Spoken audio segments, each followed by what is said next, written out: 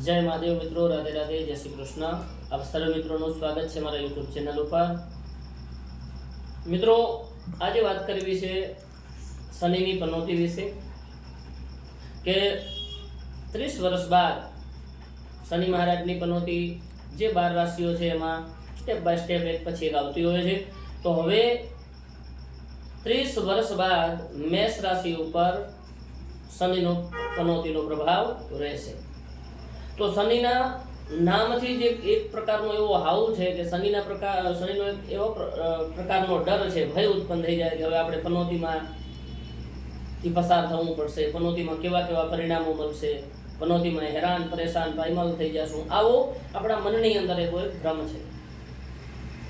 તો આ વિડીયો એટલા માટે છે મિત્રો કે 100% શનિ મહારાજ છે એ ન્યાયાધીશ છે, તો આપણા કર્મોનું ફળ આપણને આપશે। પણ આ શનિ મહારાજની પનોતીનો સંપૂર્ણ પ્રભાવ એક તો આપણા કર્મો ઉપર જાય કે આપણે કેવા પ્રકારના કર્મો કરીએ છીએ, અને આપણી કુંડલીની અંદર જે શનિ મહારાજ છે એની સ્થિતિ પરિસ્થિતિ શું છે। શનિ ક્યાંય કેન્દ્રની અંદર, ત્રિકોણની અંદર, મિત્ર રાશિની અંદર હશે તો શનિ મહારાજ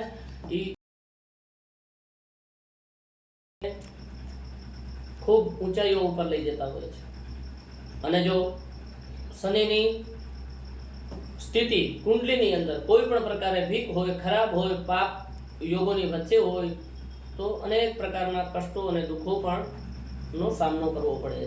એટલે મારો કહેવાનો ભાવાર્થ એવો છે કે શનિની પનોતી દરમિયાન એવું ન હોય કે આપણે પાયમાલ જ થઈ જશું, એવું ન હોય કે આપણે હેરાન જ થશું, એની અંદર આપણને ખૂબ સારા પરિણામો પણ મળતા હોય છે। પણ માની લઈએ જનરલી કે મેષ રાશિ ઉપર પ્રભાવ છે તો એનો શું પ્રભાવ શું રહી શકે। તો કે જે બાળકો છે જે અત્યારે અભ્યાસ કરતા હોય એમને અભ્યાસની અંદર રૂકાવટ આવવી, કોઈને કોઈ પ્રકારે એની અંદર એમને અડચણો પેદા થવી, જે વ્યવસાય કરે છે, જે વ્યવસાયિક માણસ છે, જે 35, 30, 35, 40 વર્ષનો માણસ છે કે પછી પોતાનું વ્યવસાય કરતો હોય, નોકરી કરતો હોય તો એને પોતાની વ્યવસાયની અંદર અડચણો આવી અને સારી કન્ડિશનમાં હોય તો ખૂબ સારા પરિણામો આપે। અને જે વૃદ્ધ માણસ છે એમના માટે મૃત્યુ તુલ્ય કષ્ટ પણ આપી શકે, એટલે કે બહુ હેરાન પરેશાન કરે। ખાસ કરીને ઘણી બધી જગ્યાએ અત્યારે એવા ભ્રમ જોવા મળે કે ભાઈ મેષ રાશિ હોય કે મેષ લગ્ન હોય એને પનોતી છે તો એ વાત ખોટી પડે। હંમેશા પનોતી છે એ રાશિ અનુસાર આવે છે, ક્યારે પણ તમારી કુંડલીની અંદર લગ્ન અનુસાર ક્યારે પણ પનોતીનો પ્રભાવ જોવા મળતો નથી। આ એક ગોચરની વ્યવસ્થા છે, એટલે ગોચરની અંદર જ્યારે 30 વર્ષે એક પછી એક સ્ટેપ બાય સ્ટેપ રાશિઓ ઉપર એનો પ્રભાવ રહેતો હોય છે। તો કંઈક એવી વાતો પણ જાણી લઈએ કે જેમ કે પનોતી દરમિયાન આપણે કઈ રીતે આપણી જાતને જાળવી શકીએ કે પછી કઈ રીતે એમાંથી કોઈ પણ પ્રકારનો દુષ્પ્રભાવ કે ખરાબ પરિણામ ન મળે એમાંથી આપણે નીકળી શકીએ। તો સર્વપ્રથમ તો જેટલું બની શકે એટલું આપણા માઇન્ડને, કેમ કે મેષ રાશિનો અધિપતિ થાય છે મંગળ,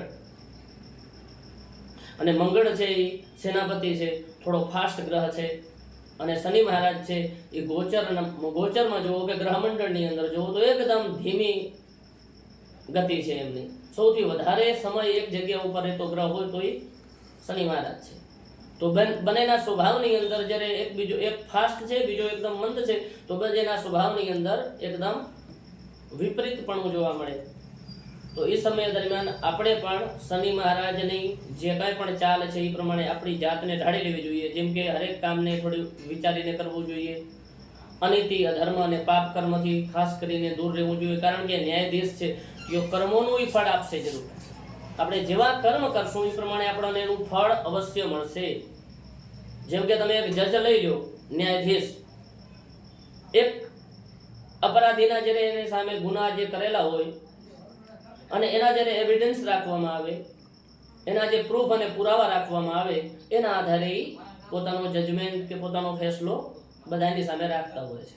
પછી ગમે એવો વ્યક્તિ હોય તો એને ફાંસીની સજા પણ આપી દે, અને ગમે એવો અપરાધી હોય તો એને નિર્દોષ પણ, મતલબ આપણા કર્મોને આધારે એમ। તો આપણે કેવા કર્મ પનોતી દરમિયાન કરીએ છીએ, જેમ કે આપણે ખાસ કરીને ગરીબોની સેવા કરવી, વૃદ્ધોની સેવા કરવી, નાના બાળકો પ્રત્યે સહાનુભૂતિ રાખવી, વડીલોની આદર સત્કાર કરવો, હનુમાનજી મહારાજની ખાસ કરીને પૂજા કરવી, મહાદેવજીના દર્શન કરવા, બની શકે તો જરૂરિયાતમંદ જે વ્યક્તિઓ છે એમને પણ જે બની શકે એ સહાય કરવી. જો આવું કરશું તો 100% આ પનોતીમાંથી આપણે બચી શકશું અને પનોતીનું સારા પરિણામો મેળવી શકશું. કારણ કે શનિ મહારાજ છે, મેં આગળ કીધું કે ન્યાય છે, તો ન્યાય તો કરશે. આપણે ખરાબ કર્મ કરશું તો આપણને ખરાબ ફળ મળશે, અને જો સત્કર્મ કરશું તો 100% આપણને સારા ફળ પણ આપશે. તો મિત્રો, બીજો વિડીયો હું તમને એના ઉપાયનો એક અલગથી આપીશ. આ વિડીયો જો પસંદ પડ્યો હોય મિત્રો તો વિડીયોને લાઈક કરજો. મારા ચેનલને જો તમે સબસ્ક્રાઇબ ન કર્યું તો સબસ્ક્રાઇબ કરજો, અને આપણા ભાઈઓ સુધી, મિત્રો સુધી વિડીયોને શેર પણ જરૂર કરજો. જય મહાદેવ, રાધે રાધે, જય શ્રી કૃષ્ણ.